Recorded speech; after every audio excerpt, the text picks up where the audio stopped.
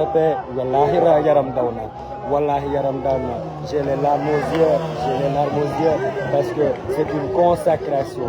consacration aujourd'hui c'est un jour de fête pour la démocratie mais surtout c'est un jour historique pour le président Ousmane Sonko qui s'est tant battu pour exercer ce droit de vote pour exercer ce droit en tant que citoyen il est bi ñu àndal ndaxte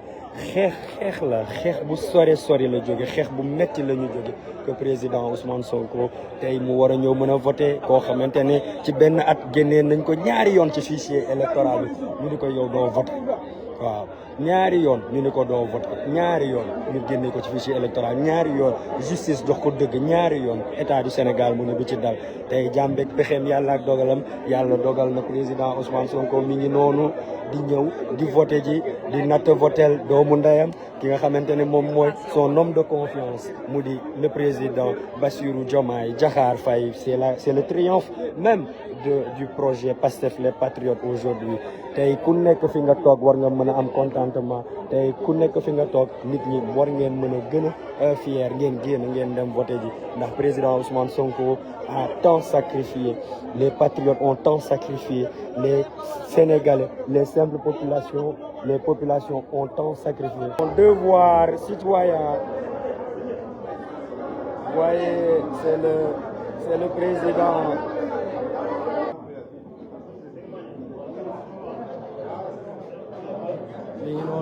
Le président Ousmane Sonko qui se fait enregistrer comme tout citoyen, tout électeur. La vérification Ousmane Sonko, vérification faite.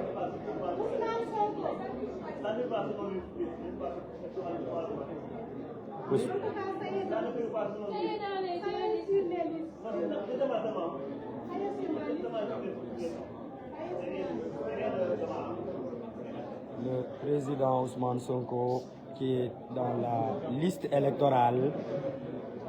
C'est une autre consécration aujourd'hui, vérification faite, il est dans la liste.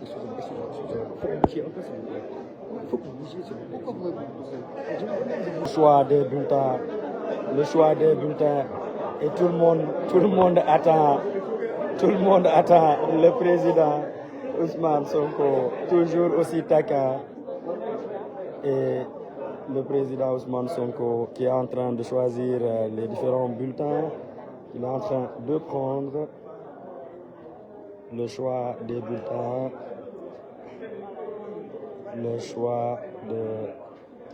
le bulletin de Bassirou Diomaye Faye qui est en haut,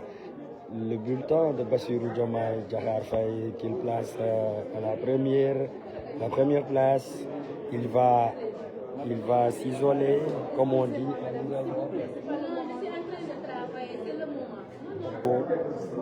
Le président Ousmane Sonko qui place son bulletin, l'enveloppe, il place la c'est bon à l'intérieur. Le président Ousmane Sonko a voté. Le président Ousmane Sonko a voté. Il reste à tromper. Il signe. Il signe à voter. Il reste l'encre.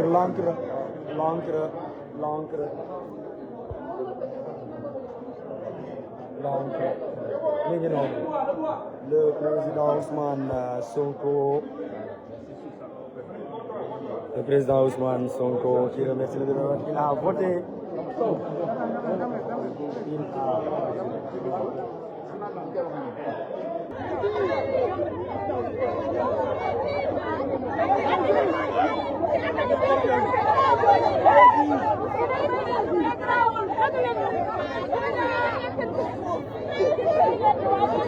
C'est une journée qui démarre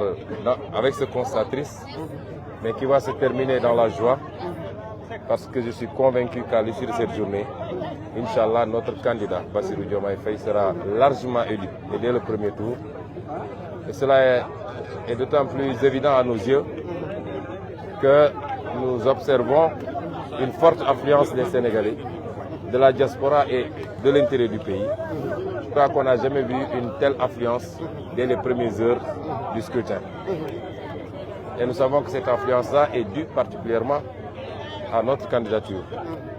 Et cette affluence est particulièrement jeune aujourd'hui. Ils avaient chantonné partout que ces jeunes ne voteraient pas. Et nous nous rendons compte qu'ils sont massivement venus dans les bureaux de vote dès 6 h du matin, 7 h du matin. Cette affluence est également générale, les femmes, les personnes âgées. Et nous sommes convaincus qu'à l'issue de cette journée, la victoire sera éclatante. Et que ce soir, Inch'Allah, à 21 h, nous aurons les premières tendances qui montreront que le candidat Bassirou Diomaye Faye passe à plus de 50%, à largement plus de 50% du suffrage. Vous avez certainement eu des échos au niveau national. Qu'est-ce qu'on peut retenir? Pour le moment, on ne nous a pas encore signalé d'incident. En tout cas, pas d'incident majeur. Nous souhaitons que cette journée se déroule de cette manière-là jusqu'à la fin, qu'il n'y ait pas d'incident, que les Sénégalais sortent voter massivement. Ils vont le faire parce qu'ils comprennent les enjeux. Contrairement à ce que les politiciens de l'autre bord croient, les Sénégalais comprennent les enjeux. Et l'enjeu d'aujourd'hui, c'est de montrer que le mensonge, la roublardise, l'argent sale ne l'emporteront jamais sur la vertu et la vérité.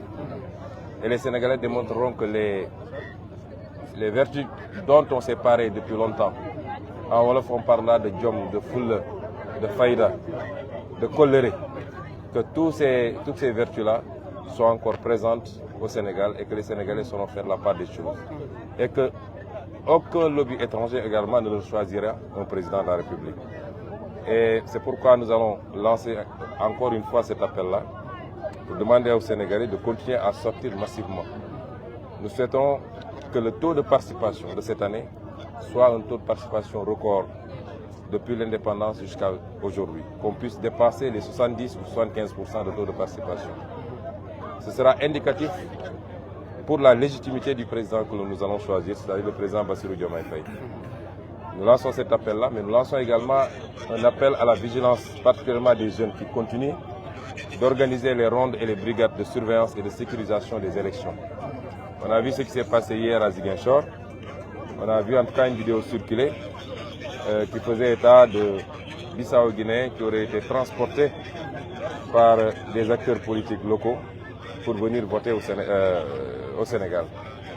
Nous avons toujours dit aux jeunes que c'est à vous de prendre votre destin en main et de sécuriser ces élections en organisant des brigades de surveillance et en refusant qu'un étranger, et par étranger je ne parle pas de gens qui sont établis au Sénégal depuis longtemps et qui ont leur nationalité en bonne et due forme, mais je dis de gens qui ne sont pas d'ici, qui sont transportés par des cars, qui traversent les frontières gambiennes, bissau-guinéennes ou mauritaniennes pour venir voter au Sénégal. Il faut que les jeunes prennent leurs responsabilités pour l'empêcher par tout moyen possible. Parce que c'est une élection du Sénégal,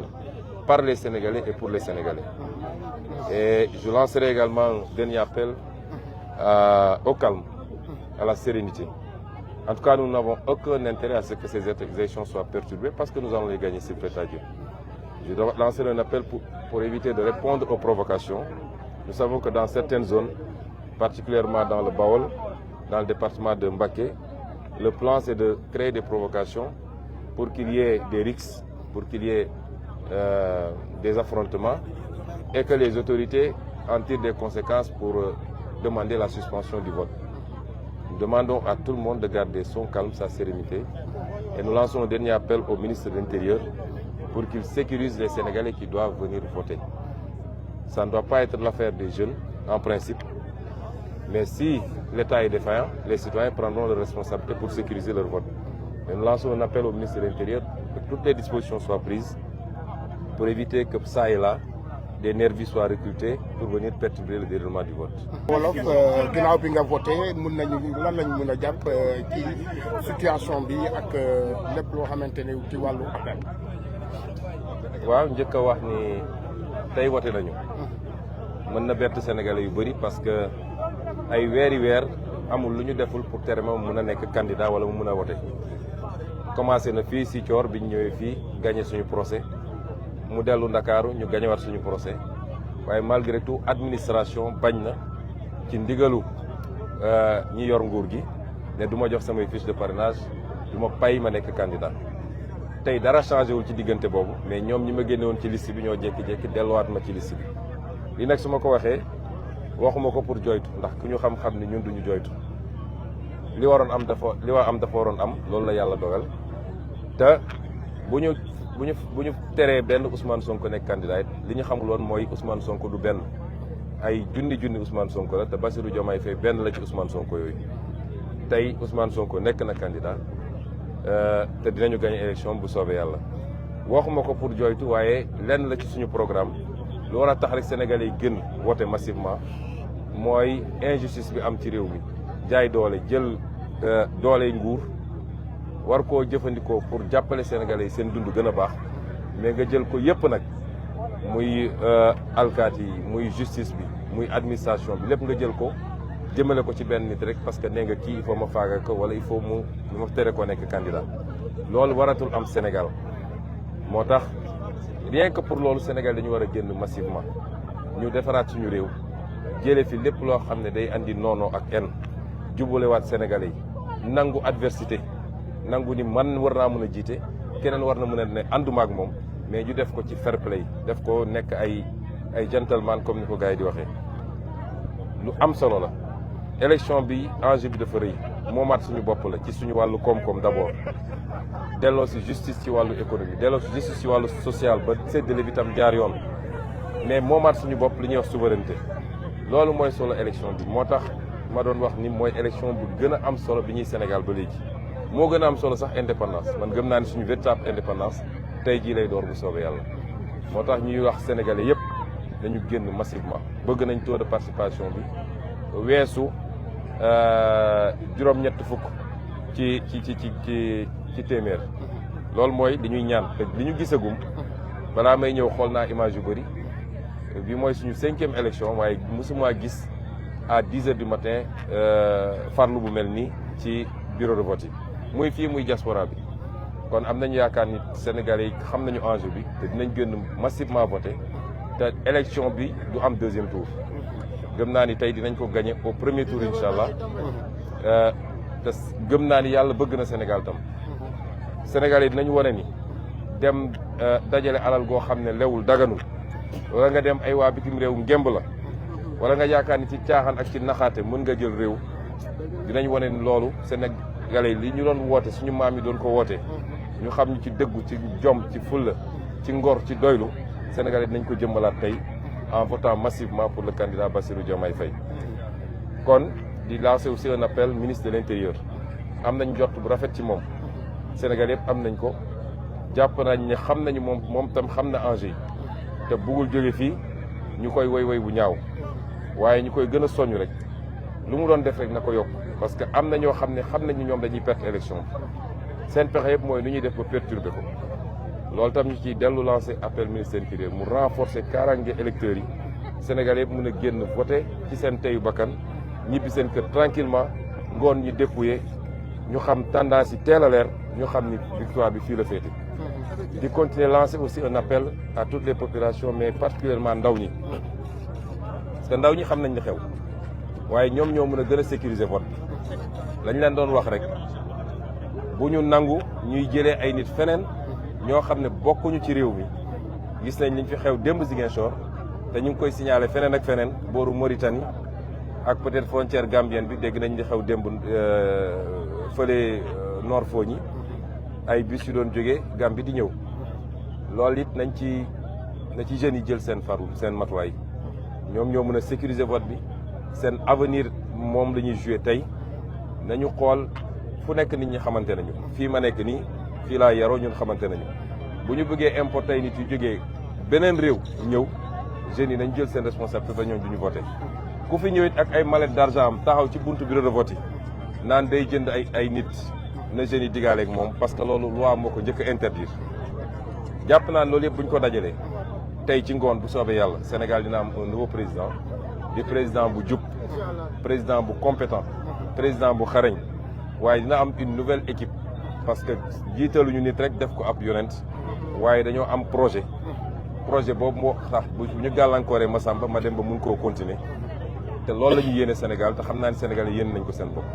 kon ñu ngi leen di gërëm di leen sant.